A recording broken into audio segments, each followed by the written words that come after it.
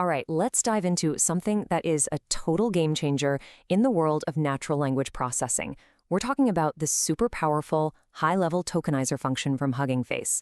We're going to see how it takes a whole bunch of tedious work and just boils it down to a single, elegant line of code. So let's get into it. So, if you've ever tried to prep text for an AI model, you know the feeling, right? Getting your raw sentences into a shape that a model can actually understand, man, it can feel like a huge chore. It's honestly a common bottleneck for so many projects. And look, that frustration is totally real. I mean, think about it. You have to do all this stuff. Models don't read words, they read numbers, so you have to split things up and convert them. They need everything to be the same size, so you're stuck padding and truncating. And then they need to know what's real and what's just filler. That's where attention masks come in. It's just this whole delicate, error-prone dance you have to do before you even get to the fun part. So yeah, that's the big problem we're talking about. This manual grind. It takes forever, it's easy to mess up, and let's be honest, it's probably the reason a lot of great ideas never even make it to the training stage. It really is like this clunky, old-school assembly line, isn't it? You pass your data from one step to the next, and each step just adds more complexity and another chance for something to go wrong. There's gotta be a better way, right?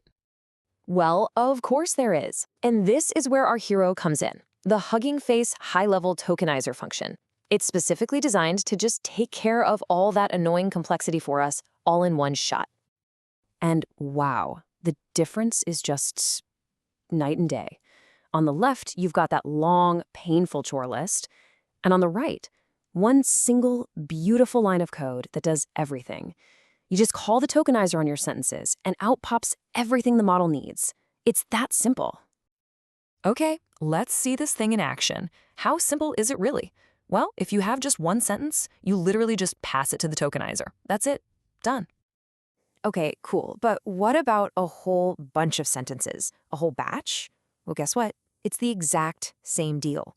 The same function call handles a list of sentences just as easily as a single one. That kind of flexibility is just fantastic. All right, now let's talk about one of the biggest headaches in NLP. The fact that sentences are all different lengths, but our models demand they all be the same fixed size. This is where the tokenizer really starts to feel like magic. Got some sentences that are too short? Easy. You just tell the tokenizer, padding equals true. It automatically figures out the longest sentence in your batch and adds filler to all the shorter ones to match it. Problem solved. And what about the other way around? You know, those sentences that are way too long for the model to handle? You guessed it. Just add truncation equals true. The tokenizer will automatically trim them down to the model's maximum size. So simple. Okay, so our data is all nicely shaped, but models, they're a little picky, right? They don't just speak lists of numbers. They need their data in a very specific format, like a PyTorch tensor or a NumPy array. And yep, the tokenizer handles that for us too. This is where the tokenizer is kind of like a universal power adapter. You just tell it what plug you need with one simple argument, return tensors. You need PyTorch tensors? Just say PT. Need NumPy arrays? Say NP, and bam, it hands you back your data, perfectly formatted and ready to go. All right, time for a little detective work, because if you look really closely at what the tokenizer spits out, you might notice something a little weird, some extra numbers that seem to come from nowhere. Let's figure out what's going on. Yeah, take a close look at those output IDs. See that? There's an extra number at the beginning and another one at the end. They don't match any of our words. So what are they? Where did they even come from? Okay, mystery solved. These are what we call special tokens. The model was actually trained to expect them, and the tokenizer is smart enough to add them for us automatically. You've got the CLS token, which usually goes at the start for classification, and the SEP token, which is used to, well, separate sentences or just mark the end. And you don't have to take my word for it. We can actually prove it. If we decode those numbers back into words, look what we get. You can see it clear as day.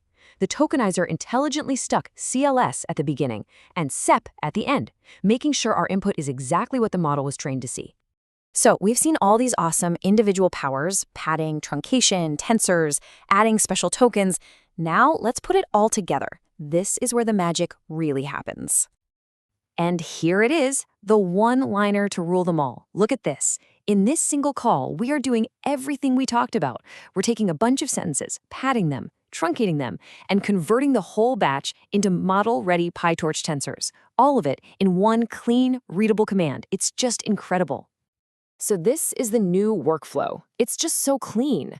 You start with your raw text, you make that one call, and boom, you get back tensors that are ready to go straight into your model. This isn't just a small improvement, it's a total transformation of how we prepare data. I mean, this just changes the game, doesn't it? It completely tears down one of the biggest hurdles in NLP. Now you can focus on the fun stuff, the actual model building and experimenting. So that leaves just one question for you.